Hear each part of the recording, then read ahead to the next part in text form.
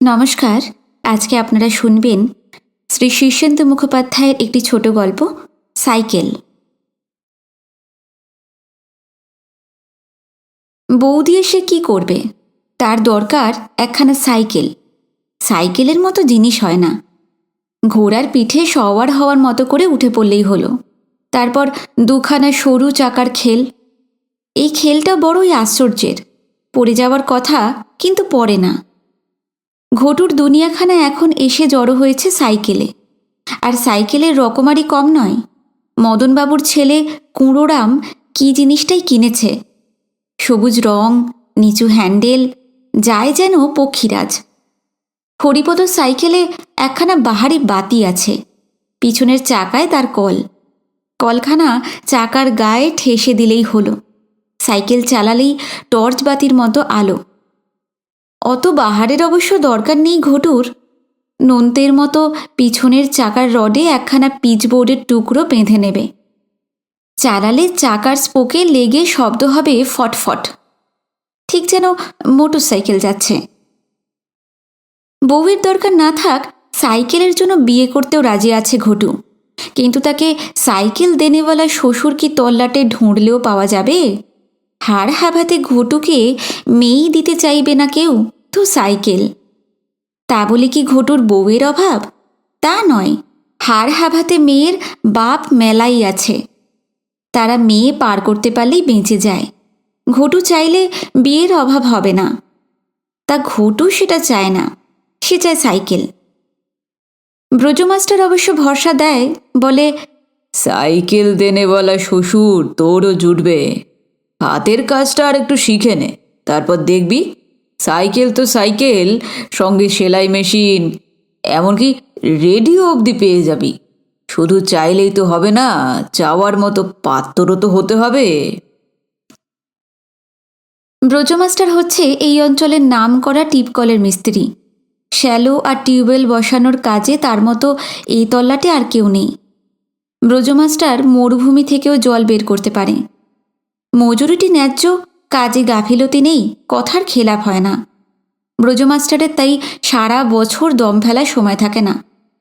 শুধু নতুন কল করাই তো নয়, পুরনো কল খারাপ হলে মেরামতির কাজেও তাকে চতুর্দিক থেকে ডাকাডাকি। ব্রজমাস্টারের সাকরেদ হওয়াও চারটিখানি কথা নয়। পিছন পিছন ঘুরলেই হবে না। ব্রজমাস্টার যাকে নেয় দেখে শুনেই নেয়। যারা বেশি খায় বা বেশি ঘুমোয় তারা প্রথমেই খারিজ। একেবারে কথা বুঝতে পারে না বা বেশি ফরফর করে তারাও বাতিল। যারা কথা কইতে ভালোবাসে বা নেশা ভাঙ বেশি করে ফেলে তাদেরও সুবিধে নেই। ব্রজমাস্টার নেয় শুধু কাজের লোক। ঘটু কাজের লোক কিনা তা সে নিজেও জানে না। কানাই মণ্ডল হল ব্রজ মিস্ত্রির ভগ্নিপোত। ঘটু আজ বছর দিনে কানাইয়ের তাঁবেদারি করে যাচ্ছে। সব কাজেরই যে ফল ফলে তা নয়, তবে কানাই ঘটুর জন্য এইটুকু করেছিল। ব্রজ মিস্ত্রির সঙ্গে জুতে দিলেও তাকে খোরাকিটা হয়ে যায়, 2-5 টাকা হাতে থেকেও যায়। আপাতত এইটুকুই। তবে কাজ শিখে যদি হাত যশ হয় তাহলে হাত উপর করলেই পর্বত। তা ঘটু লেগে আছে, ছিনে ঝোঁকের মতোই লেগে আছে। কারণ তার যাওয়ার জায়গা নেই। তাদের সমাজে মা মরলেই বাপ তালুই, অর্থাৎ তখন বাপে আর তালুই মশাইতে তফাৎ থাকে না। বাপ আবার বিয়েতেও বসেছে, সুতরাং ওদিকের পাট চুকে বুকে গেছে বলেই ধরা ভালো। পিছনের দিকটা ঝাঁপ পড়ে গেছে বটে, কিন্তু সামনের দিকটা খোলা। ব্রজমাস্টারের হাতের কাজটি নিজের হাতে তুলে নিতে পারলেই হলো। তুলছেও ভালো। গোড়াচাঁদের পাম্প মেশিনে জল উঠছিল না। ব্রজমাস্টার তখন অন্য কাজে ব্যস্ত।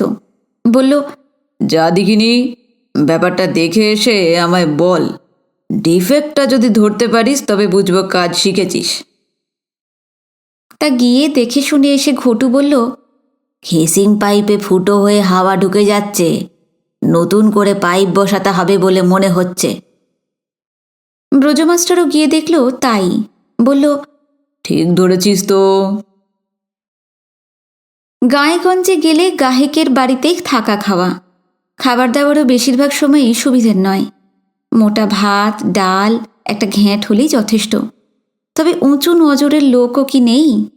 মাঝে মাঝে তারাও আছে বলেই ঝপ করে পাতে একটা মাছের টুকরো বা একখানা আস্ত ডিম নেমে আসে। তবে সব মিলিয়ে ফুর্তিতেই আছে ঘটু। এক জায়গায় বাঁধা জীবন নয়, এ গাঁ ও গাঁ গঞ্জ ঘুরে ঘুরে বেশ কাটে সময়। তে কাঠির বাঁশ পুলি রেঞ্জ বয়ে বয়ে বেড়ানো। সাইকেলের বাড়িটা চাপল পীরপুরে গিয়ে। পীরপুর বড় জায়গা, মস্ত পীরের দরগা আছে। হরেরাম মুস্তফির বাড়িতে কাজ হচ্ছিল। বিকেলের দিকটায় একটু ফুরসত পেয়ে মুস্তফির বাড়ির বাইরের মাঠের ধারে দাঁড়িয়ে ঘটু দেখছিল মুস্তফির 13-14 বছরের ছোট ছেলেটা সাইকেল চালাচ্ছে। হঠাৎ সেই ছেলেটা তাকে বলল, চালাবে? চালাও। ছেলেটা দেখতে যেমন ফুটফুটে সুন্দর, তেমন বড্ডই ভালো। এরকম ধারা আজকাল কি আর কেউ কাউকে বলে? ঘটু খুব খুশি, কিন্তু সমস্যা হলো সে জন্মে সাইকেল চালায়নি। সে কথা বলতেই ছেলেটা বলল, আরে বাহ, তাহলে শিখে নাও, খুব সোজা। কথাটা সোজা হলো, কাজটা সোজা ছিল না। আর সাইকেলও সোজা জিনিস নয় মোটেই, কেবল একাত ওকাত হয়ে ঢলে পড়ে। ঘণ্টাটাক অনেক কসরত করল ঘটু, 12 আছাড় খেল। শিখতে পারল না বটে, কিন্তু সাইকেল সেই যে মাথায় ঢুকলো তার আর বেরোতে চায় না। উদয়পুরে কাজ হচ্ছে। মহিম মণ্ডলের বাড়িতে শ্যালো বসছে। পাইপ টেনে ক্ষেত বরাবর নিতে হবে, অনেক টাকার কাজ। সন্ধ্যের পর কাজের ছুটি হলো। মহিম মণ্ডল বড় গেরস্ত। সাঁঝবেলায় ধামা ভর্তি মুড়ি আর কয়েক চাকা গুড় পাঠিয়ে দিলে ঝিয়ের হাতে। গুরুপদ, সাধু গায়েন, তারানাথ, পচা, হাদু আর ঘটু গোল হয়ে বসে গেল মুড়ি খেতে। গুড়টার স্বাদ বড্ড ভালো। গুরুপদ বড় মিস্ত্রি, নিজের কারবার খোলার তালে আছে। মুড়ি খেতে খেতে বলল, আর 1,000-2 টাকা পেলেই আমার হয়ে যায়। কি হয়ে যায় সবাই জানে। গুরুপদর বাড়ি জমি মহাজনের কাছে বাঁধা আছে। খেটে পিটে রোজগার করে কর্জটা মেরে এনেছে প্রায়।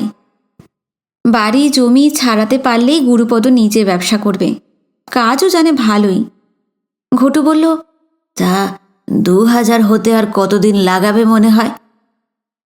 মেরে কেটে 2 মাস।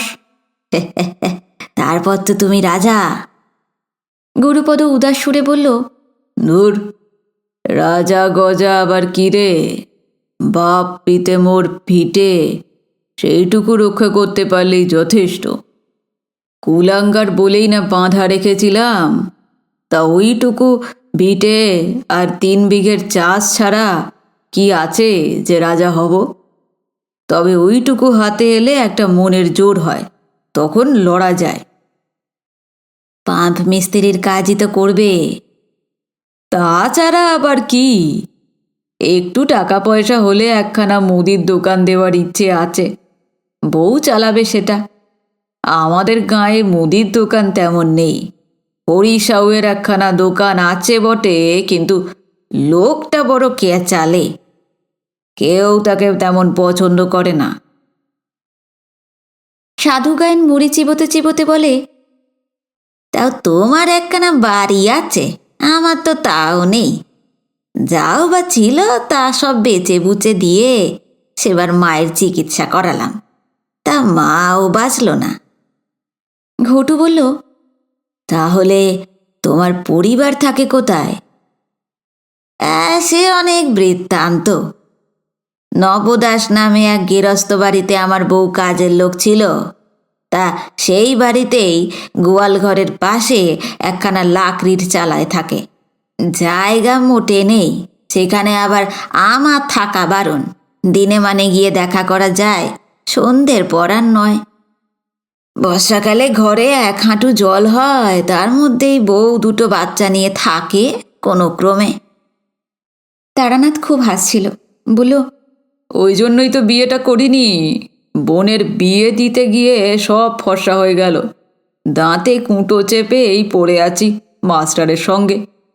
মাস্টার যদি কোনোদিন পেছুতে লাথি মেরে তাড়ায়, তাহলেই হয়ে গেল। গুরুপদ বলল, আহা, একা বোকা মানুষের আর চিন্তা কিসের? নিজের একখানা পেটও ঠিক চলে যাবে, কাজও তো শিখেছিস। এ কাজের ভরসা কি বলো? লাইনে মিস্ত্রি কিছু কম আছে? আর একা বোকাই কি চিরটাকাল থাকার ইচ্ছে ছিল? ওরে, কলের মিস্ত্রির ভাত মারে কি? হ্যাঁ, লেগে থাকলে কখনো না খেয়ে মরবি না। পচা আর হাঁদুর বয়স কম, তাদের বিয়ে টিয়ে হয়নি, তবে সংসারের খাঁই আছে। তারা এদিকে কান না দিয়ে মুড়ি খেতে খেতে হিন্দি সিনেমার গল্প করছিল। পরশু রাত্রিরেই একখানা মেরে এসেছে ভিডিও হলে। পচা মুড়ি খেতে খেতেই সেই ছবির একখানা হিট গানের কলি গলায় খেলানোর চেষ্টা করছিল।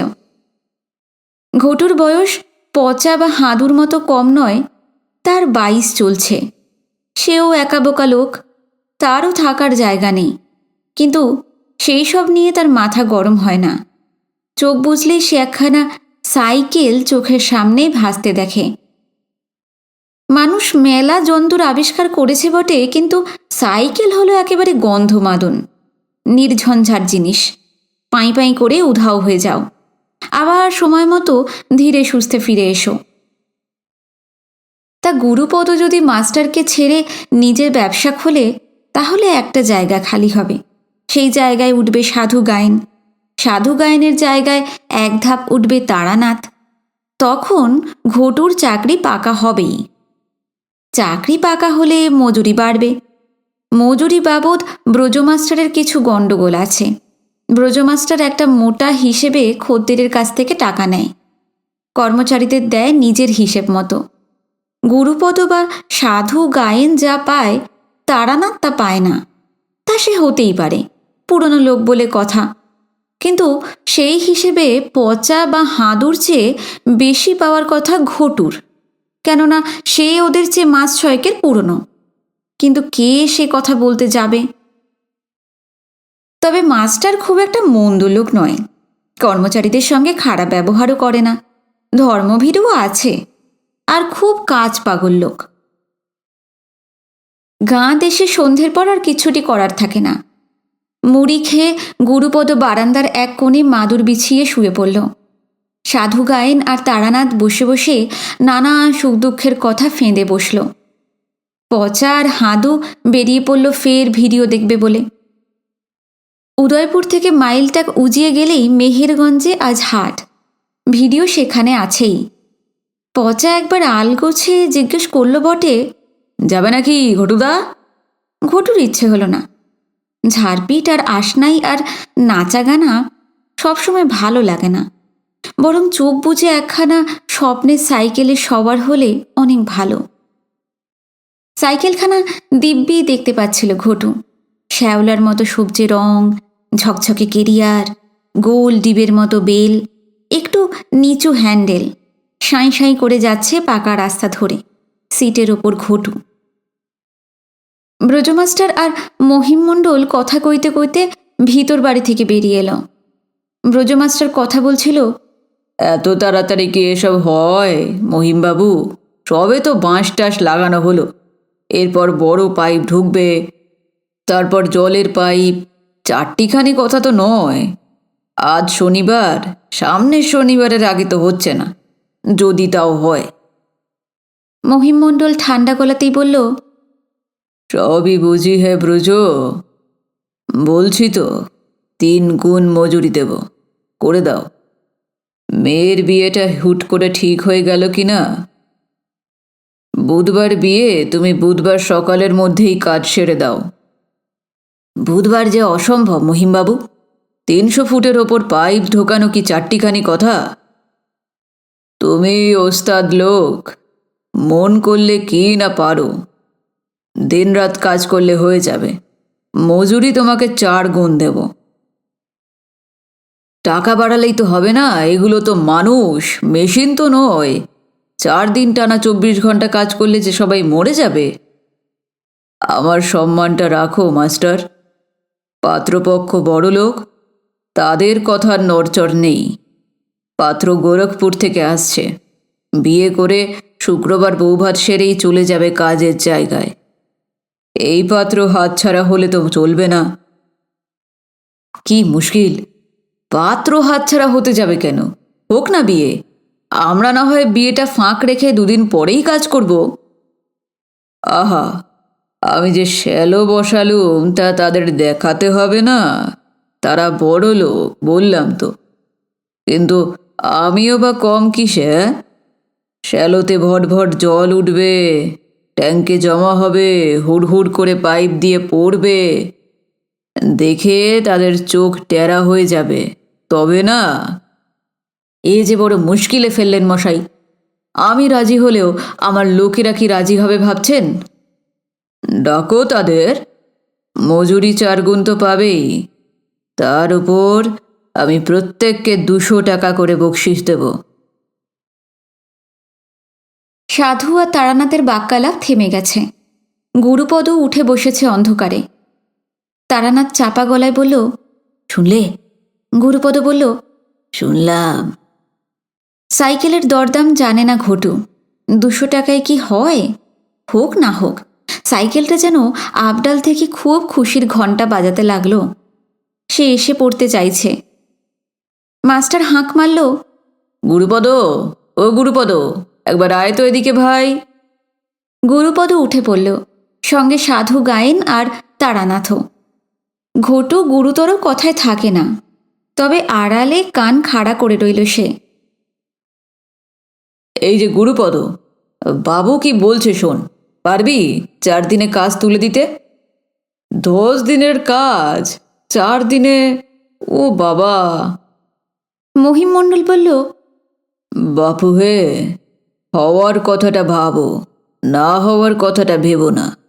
10 দিনে পারলে 4 দিনেও পারা যায়, খাটুনিটা বাড়িয়ে দেবে।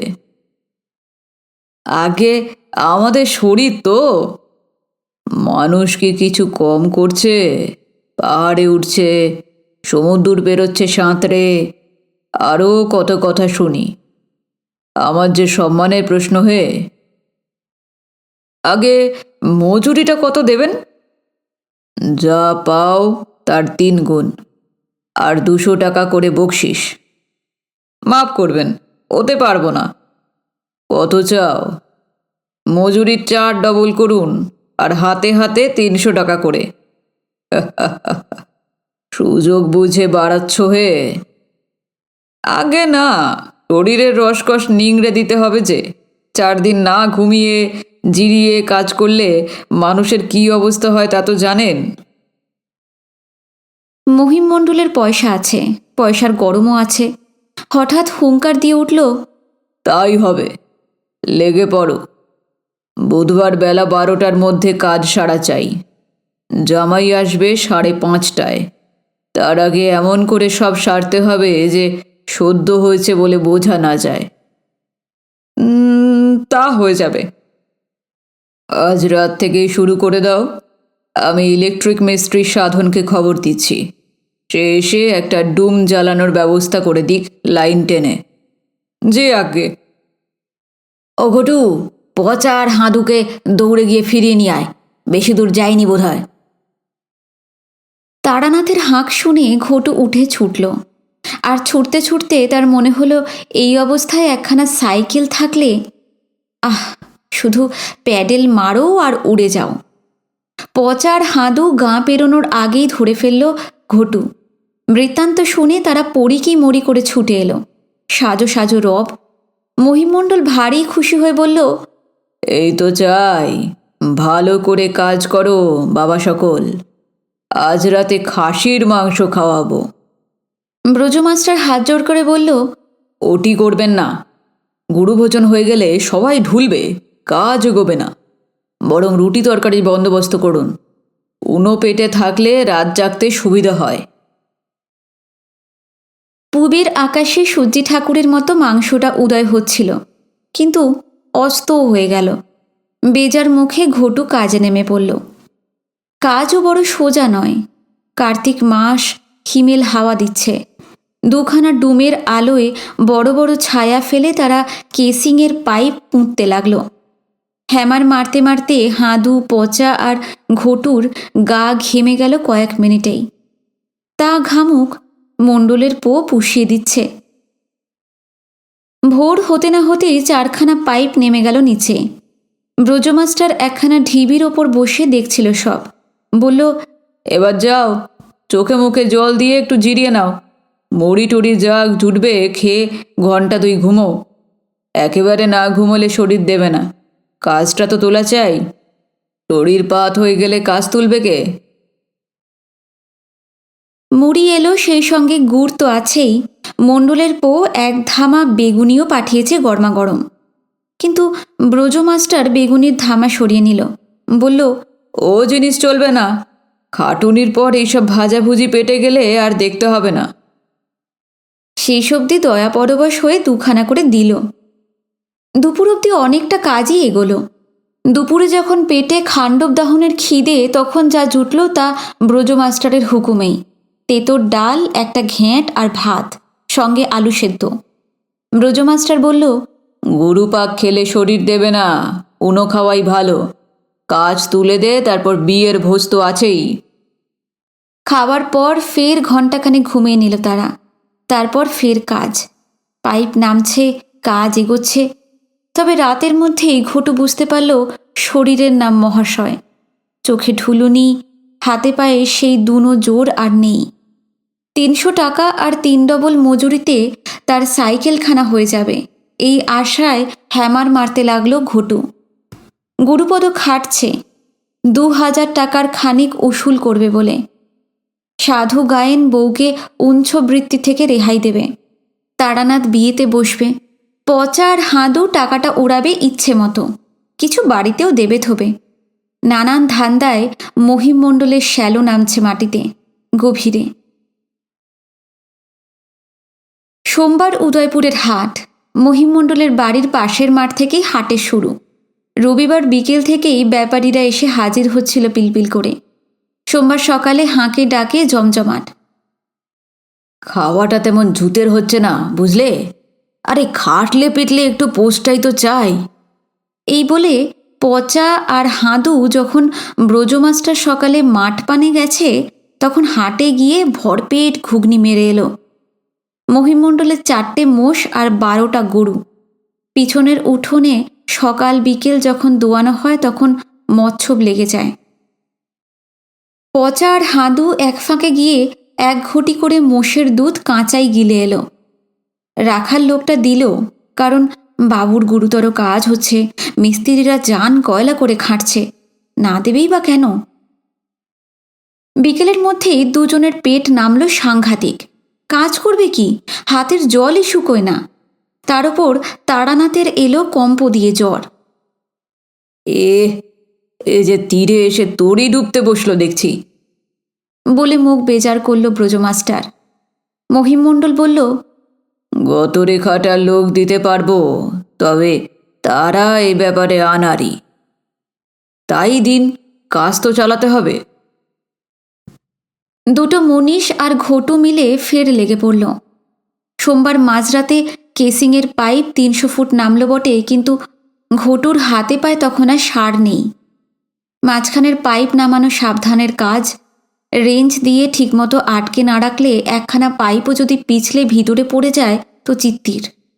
সব পরিশ্রমী বৃথা যাবে। এই কাজ আনাড়ি দিয়ে হওয়ার নয়। জ্বর গায়েই তারানাথ এসে হাত লাগালো। পচা আর হাঁদুও লেগে পড়ল ফের। হাঁদু চুপি চুপি ঘটুকে বলল, আমার ঠাকুরদা রক্ত আমাশায় মারা গিয়েছিল, আমার সেটাই হয়েছে। তলপেটে বড্ড যন্ত্রণা। 7-8 ঘন্টা খাটার পর 2 ঘন্টা ধরে ঘুমোচ্ছে তারা, কিন্তু তাতে শরীরের আবল্লি যাচ্ছে না। পাইপ নামানোর সময় রেঞ্জ ধরা হাত দুখানা থরথর করে কাঁপছিল ঘটুর। দাঁতে দাঁত চেপে ধরে রইল। চোখ বুঝলেই সাইকেল। সাইকেলখানা দেখতে পেলেই বুকখানা যেন ভরে যায়। নিচু হ্যান্ডেল, শ্যাওলা সবজি রং, ঝকঝকে ক্যারিয়ার। হঠাৎ করে একটা শব্দ হওয়াতে চটকা ভাঙল ঘটুর। সবাই চেঁচাচ্ছে, গেল গেল। রেঞ্জ তার ঘুমন্ত হাত থেকে আলগা মেরে পাইপ সরসর করে নেমে যাচ্ছিল। ঘটু প্রাণ হাতে নিয়ে 2 হাতে সাপটে ধরল পাইপ। কাদা জলে পিছল হাত আর 4খানা জোরের ভারী পাইপ। ধরে রাখতে হাতির জোর চাই। তবু ধরে রইল ঘটু। অন্য সবাই হাত না লাগালে হয়ে যেত। না, ব্রজমাস্টার বকল না, বরং বলল, ওর দোষ কি? হ্যাঁ, শরীর বলে কথা। ও ঘটু, যা বরং জর্দা দিয়ে একখানা পান খেয়ে আয়, ঘুমের চটকাটা ভাঙবে। পান আর খেতে হলো না। দুখানা হাতের তেলোয়ের দিকে চেয়ে ঘটু জল ভরা চোখে দেখল হাত দুখানা ছড়ে কেটে একসা। ভারী পাইপ ধরে রাখতে গিয়ে কেসিংয়ের কানায় চেপে গিয়ে গর্ত হয়ে কেটেছে পাঞ্জার তলার দিকটা। কলের মতো রক্ত পড়ছে। সাধু গায়েন রেঞ্জটা নিজের হাতে নিয়ে বলল, যা, ঘাস থেতো করে লাগা। তাই লাগালো ঘটু। বাবু ভাইদের হাত হলে ভোগাতো। মিস্ত্রির হাত বলে তেমন গা না করলেও চলে। তবে বসে থাকতে ভয় হচ্ছে ঘটুর।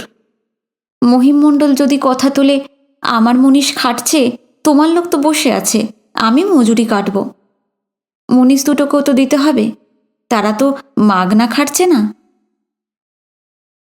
কথাটা তারানাথের কানে দিল ঘটু।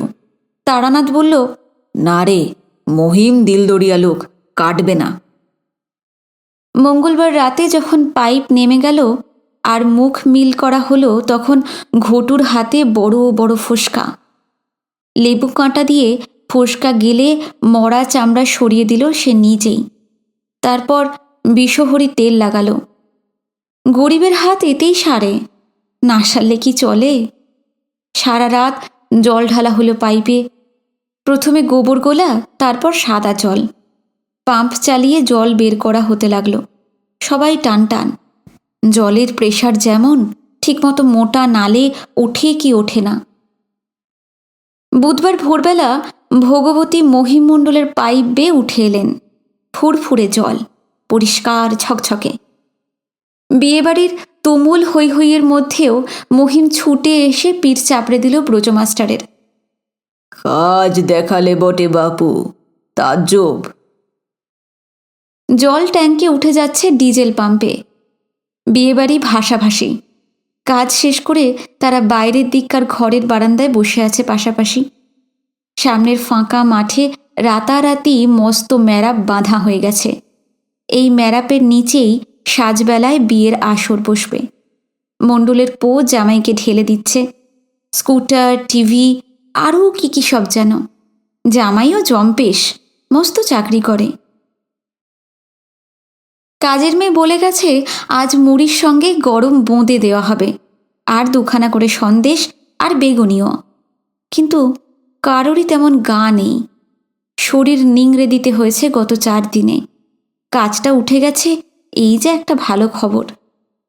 গুরুপদ হিসেব কষছিল, কষে বলল, আরও 1000 খানেক হলেই হয়ে গেল। সাধু গায়েন দেওয়ালে হেলান দিয়ে চোখ বুজে বসেছিল। বলল, আমার এখনো ঢের দেরি। যতীন মজুমদারের জমিটা 2.5 কাঠা, তাও 10,000 চাইছে। এইসব কথাবার্তা হচ্ছিল। সকলেরই দমসম অবস্থা, গড়িয়ে নিতে পারলে হয়। হঠাৎ একটা শোরগোল মতো শোনা গেল ভিতর বাড়ি থেকে। গুরুপদ সোজা হয়ে বসে বলল, গোল কিসের? তারানাথ বলল, বিয়ে বাড়িতে অমন হয়, আত্মীয় স্বজনের মধ্যেই পুরনো খাড় থাকে কি না। একটু বাদেই হন্তদন্ত হয়ে বেরিয়ে এলো ব্রজমাস্টার। ওরে, সর্বনাশ হয়েছে, বাবুর মেয়ে পালিয়ে গেছে। সবাই সোজা হয়ে বসল। ব্রজমাস্টার উত্তেজিত হয়ে বলল, সকালে কুয়ো পাড়ে মুখ ধোয়ার নাম করে গিয়েছিল, এখানে একটা ছোকরা সাইকেল নিয়ে তৈরি ছিল, রডে তুলে নিয়ে হাওয়া। তারানাথ বলল, তাহলে তাহলে কি হবে? কি আর হবে, মহিমবাবু মাথায় হাত দিয়ে বসে পড়েছেন। গিন্নি মূর্ছা গেছেন। চারিদিকে লোক গেছে মেয়ে খুঁজতে, কিন্তু খুঁজে পেলেও লাভ নেই। রা পড়ে গেছে। পাত্রপক্ষ গায়ে হলুদের তত্ত্ব নিয়ে এসেছিল, তারাও জেনে গেছে। বিয়ে ভেস্তেই গেল ধরে নাও। ঘটু উঠে সোজা হয়ে বসে বলল, সাইকেল? ব্রজমাস্টার অবাক হয়ে বলল, সাইকেল? সাইকেলের কথা উঠছে কেন? ঘটু একগাল হেসে বলল, সাইকেলের কথাই তো বললেন, সাইকেলে করেই তো পালিয়েছে। হ্যাঁ, তাতে কি? ঘটু উজ্জ্বল চোখে চেয়ে রইল। একখানা সাইকেল হলে কত কি না করা যায়।